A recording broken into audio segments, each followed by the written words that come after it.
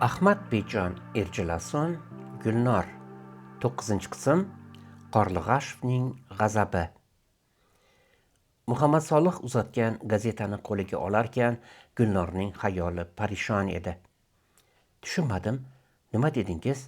Dedi Gulnor. Shu maqolani o'qing deyapman, dedi Muhammad Solih. Qarang, taniqli tarixchi nima deb yozyapti. Yanglishmasam, siz ham barloslardan edingiz. Ha, dedi Gulnor va gazetaga ko'z yugurtirdi. Butun bir sahifaga yoyilgan sarlavhani ko'rdi. Barloslar turkmi? Maqolada Barlos deb atalgan urug'ning O'zbekistonda yashagan yerlari sanalib, ularning Amir Temur zamonasidan qolgani haqida yozilgandi. Amir Temurning otasi ham Barlos beklaridan ekan. Hatto bugun ham Barloslar o'zlarini turk deb hisoblashar ekan. Buni Gulnor ham bilardi. Faqat bu bilgini o'z shuuri sirtiga chiqarishni aslo istamasdi. Turk desa darrov ko'z oldiga mesxetilar kelardi. Birovlar uning qalbida mesxetilarga nafrat tuyg'usini tarbiyalab bo'lgandi. Katta gazetada barloslarning turk ekanligi ilk marotaba yozilayotgandi. Gulnor uchun bu favqulodda bir hodisa edi. Maqolani tez o'qib bitirdi, ammo boshini gazetadan ko'tarmadi. Aslida u yana nimalarnidir o'qishni istardi. 10 kundirki, turkchilik asoslarining qayerga ketganini o'rganmoqchi bo'lib turishdi, uddasidan chiqa olmadi. Muhammad Solih va uning do'stlari undan shubhalana boshlashdimi yoki? Agar shubhalanishmasa, nega 10 kundan beri bu kitob haqida bitta ham so'z aytishmayapti, deb o'yladi Gulnor. Avvallari rejim haqidagi fikrlarini Gulnordan yashirmagan bu odamlarga endi nima bo'ldi? Gulnor yana yomon tushlar ko'ra boshlagandi. Har tong qop-qora qaldirg'ochlarning hujumidan uyg'onib, yuz ko'zini ushlab yaralandimmi deya bosinqirab uyg'onardi. Qorlig'ashev kitobni 2 kun ichida topishing kerak. Muhammad Solihning uyini tit-pitini chiqarsang ham top deya quturardi. Gulnor shu kungacha birovning uyini tit-pit qilmagan va qila olmasligini ham bilardi. U o'z mamlakati uchun ishlayotgan vatanparvar edi, ammo o'g'ri emas edi. Gulnor shunday o'ylardi. Ko'rganini, bilganini raport shaklida bildirardi. Bu uning vazifasi edi, tamom. Lekin o'g'ri kabi birovning uyini titkilash unga yarashmasdi. Qorlig'ashevning tit-pit qilib axtar degan baqirig'i uning miyasida lo'k-lo'k og'rir edi. Bir piyola choy iching, Gulnor xonim, dedi Muhammad Solihning rafiqasi. Rahmat, dedi Gulnor. Choyni olarkan, Gulnor juda charchaganini his qildi. Qiziq maqola ekan, dedi so'ngra Muhammad Solihga. Esimda bor, bizning oilada ham turkligimiz haqida gapirishardi. Faqat bu ko'p yillar avval edi. Buni deyarli unutdim. Aslida turkligimizni unutgan biz emasmiz, Gulnor, dedi Muhammad Solih. Bizga buni unuttirdilar. Birinchi marta Navoiyning muhokamasini o'qiganimda buni angladim. Tilimizning forschadan ustun ekanini so'ylarkan, uni turkcha deb aytgan edi Navoiy bobomiz. Biz esa bu tilni eski o'zbekcha deb aytyapmiz. Haqlisiz, Solih aka. Majolisda ham Navoiy turk tili yoki turkiy deb ataydi tilimizni. Lekin bu o'tmishning haqiqati. Bugun esa biz o'zbekmiz. Tilimiz ham o'zbekcha. Qachondan beri? Dedi Muhammad Solih. To'g'ri, qachondan beri? Dedi Gulnor ham. Bu savolga ikkalovi ham javob bera olmasdi. To'g'risi, unga javob izlashmagandi. Gulnor choyini ichib tamomladi. So'ngra kech bo'ldi, Solih aka, men ketay dedi va o'rnidan turdi. Muhammad Solih uni kuzatayotib, qachondan beri? Bu savolni unutmang, Gulnor, dedi. Xayr, dedi Gulnor va g'ira-shira qorong'ulikda g'oyib bo'ldi. Gulnor o'zining qachondan beri o'zbek bo'lib qolganini o'ylamasdi. U qachondan beri Qorlig'ashevning unga baqira boshlagani haqida o'ylardi. Professor Yildirimning hushtak chalishi uning jahlini chiqarganmish. Men kitobni olgan odamni topolmay stansiyadan chiqsam, u sariq to'ng'iz maydonda hushtak chalib aylanib yuribdi, dedi jig'ibirona chiqib Qorlig'ashev. Rasmiy taklif bilan kelmagan bo'lsaydi, unga ko'rsatardim. Mavzu yo'qotilgan kitobdan ochilsa bas. Qorlig'ashev professor Yildirimga sariq to'ng'iz, Gulnorga siz yaxshi kommunist emassiz deb baqira boshlardi. Gulnor avvallari Qorlig'ashevga yaqin bo'lish uchun g'ayrat qilardi. Endi esa uning haqiqiy yuzini ko'ra boshlagandi. Qorlig'ashev kelishgan odam hisoblanardi. Mis rangli yuzidagi chizgilar bir-biriga mutanosib edi. Yonoq suyaklari bo'rtgan, ko'zlari uncha chuqur emasdi. Orqaga taralgan to'lqinli sochlari ochiq peshonasini bo'rttirib ko'rsatardi. Uzun bo'yi va keng yelkalari unga qahramon tusini berardi. Gulnor o'zini Qorlig'ashevga yaxshi ko'rsatish uchun uringanini ichida tan oldi. Hatto sevishib, uylanib, oila qurish ehtimolini ham o'ylaganiga iqror bo'ldi. Yo'q, bu qadar chuqur o'ylamasligi kerak edi. Qorlig'ashevning yangi qiyofasi yana qaysi shakllarga kirib o'zgarishini kutish lozim edi. Qiziq, Qorlig'ashev Gulnorga ishini professional bajarmagani uchunmi yoki uni sevgani uchunmi baqirardi. Har holda Gulnorning yuragi ikkinchi ehtimolga mayl ko'rsatardi.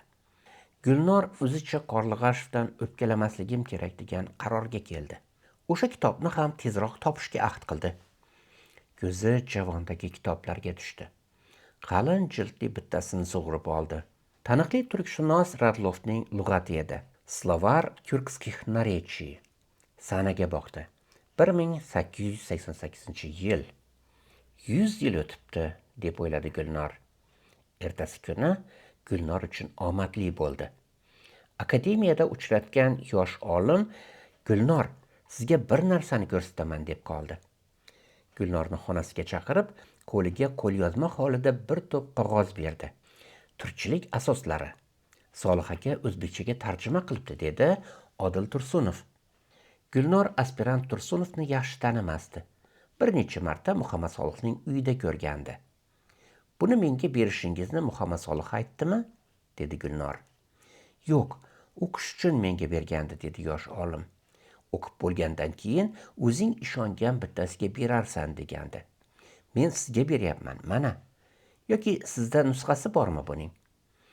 Yo'q, Odiljon, Muhammad Solihning bu kitobni tarjima qilganini men ham eshitgandim. Ammo bir necha kundan beri do'stlardan xabar ololmadim. Sizga rahmat, kitobni tez o'qib chiqaman, dedi Gulnor. Gulnor kitobni akademiyada ajratilgan xonasida o'qishini o'yladi. Kitobni birov ko'rib qolishidan qo'rqdi. Shu payt xonada birga o'tiradigan kasbdosh dugonasi keldi. Unga boshim og'riyapti, dedi va uyiga jo'nadi. Gulnor kitobni o'qib tugatganida ko'zlarining charchaganini sezdi. O'rnidan turib kerishdi. Ilmiy kitobning bu qadar sodda tilda yozilganidan hayratlandi. Yoki bu soddalik Muhammad Solihga oidmikan? Kitobning birinchi qismidagi soddalikni tushunish mumkin edi. Chunki bu qism tarixdan hikoyalar edi. Ammo iqtisodiy turkchilik, estetik turkchilik kabi bo'limlarning ham buncha sodda yozilishini aqliga sig'dira olmasdi u. Kitob muallifi Ko'kalbning estetikani ham unutmagani Muhammad Solihni juda sevintirgan bo'lsa kerak. Qorlig'ashevning o'sha yozuvchilar uyushmasida tayyorlagan uchrashuvida Muhammad Solihning marksistik estetikani zimdan tanqid qilganini esladi Gulnor. Gulnor kitobni o'qirkan yana bir narsani kashf etdi. Ilgarilari panturkizmni Turkiya turklari o'ylab chiqargan deb hisoblardi. Aslida panturkizmning tug'ilishida sovet turklari ham muhim rol o'ynagan ekan. Gulnor raport yozishi kerakligini esladi, ammo hech stolga o'tirishni istamayotgandi. O'zini charchaganman deb aldamoqchi bo'ldi. Odam bir kunda shuncha ishlaydi-da, dedi o'zini ovutib, ammo ovunolmadi. Kiyinib ko'chaga chiqdi. Daraxtlardagi sarg'aya boshlagan yaproqlar qiz yuragida g'alati sokinlik aks ettirdi. Maydalab yog'ayotgan yomg'ir ham uni doim sokinlashtirardi. Ammo bu safar bunday bo'lmadi. Yuragi qattiq urardi. O'qigan kitobini esladi. Bog'chasaroyning bir kichik vodiysida joylashgani, u yerda kichik bir uyda Ismoil Gasperinskiy yashagani haqida. Bu uyda u kichik bosmaxona qurgandi. Gulnor bosma mashinasining qog'oz rulonlari aylanayotganda chiqadigan saslarini eshitganday ham bo'ldi. Gulnor akademiyaga borib, kutubxonadan Gasparinskiy chiqargan tarjimon gazetasini topib o'qishga ahd qildi. Shundan keyin raportni ham yozaman deb o'yladi. Lekin tarjimonni kutubxonadan olish mumkin emas ekan. Gazeta taqiqlangan adabiyotlar ro'yxatida ekan. Taqiqlangan adabiyot. Gulnor bu haqda ilk bor chuqur o'yladi. 100 yil avval chiqqan gazetaning taqiqlanishini hech tushuna olmadi. Maktabda va universitetda o'qigan kitoblarini xotirladi. Insonlar jamiyati ziddiyatlar ustiga qurilgan. Voqealarni ishlab chiqarish va ziddiyat dialektika boshqaradi. Ishlab chiqarish vositalariga ega bo'lgan hokim sinf zolimlar sinfidir. Xalqni, ayniqsa xotinlarni johillik ichida ezishgan. Xalq hukmron sinfning shuursiz lashkari bo'lgan. Hamza Hakimzoda kabi ziyolini qatl qilish darajasidagi johil edi xalq. Gulnor yuqoriga qaradi. Hamzaning haykali hashamatli edi. Gulnor bo'ynini siladi. Yengil terlabdi. Iziga qaytdi. Uyga kirib, sochiq bilan namli sochlarini artdi. Keyin qog'ozlarini stolga qo'ydi. Oppoq sahifaga bir nechta jumla yozdi. Raportni tugatganida hayajoni ham tugagandi. Turkchilik asoslari qo'lyozmasini katta konvertga joylab, ustiga raportini qo'ydi. Mana kitob va mana raport sizga, o'rtoq Qorlig'ashov, dedi ichida Gulnor. Gulnor o'zidagi hissiyotni taftish qildi. Bu g'ururmi yoki boshqa narsami? Qorlig'ashovning baqiriqlariga qarshi javobmi? Bu fikrlar Gulnorni bezovta qilardi. U o'z xudbinligi uchun gunohsiz bir odamni qurbon qilmoqchimi? Odil Tursunov yosh kandidat nauk edi. Domlalari uning kelajakda katta kimyogar olim bo'lishini bashorat qilishardi. Uning Muhammad Solih bilan aloqasini KGB hali bilmasdi. Gulnor ham uning Muhammad Solih uyida o'tadigan majlislarda 1-2 marta ko'ringanini raportida yozgan edi. Ammo u boshqa voqea edi. Endi esa gap o'zbek xalqi zehnini o'zgartiruvchi fikrlarni uyg'otadigan vosita haqida borayotgandi. Odil Tursunov bu kitobni o'qigani yetmaganday, ikkinchi odamga berayotgandi. Buni raport qilmaslik mumkin emas edi. Sovetlar mamlakatining butunligi bilan bir shaxsning hayotini qiyoslab bo'lmasdi. Siz turk yozuvchisi Ahmadbekjon Erjilosunning Gulnor romani audio kitobi 9-qismini tingladingiz. Uni Qudrat Bobojon saslantirdi. Davomini YouTube'dagi Eltuz kanalining kelgusi yoyinlarida kuzating.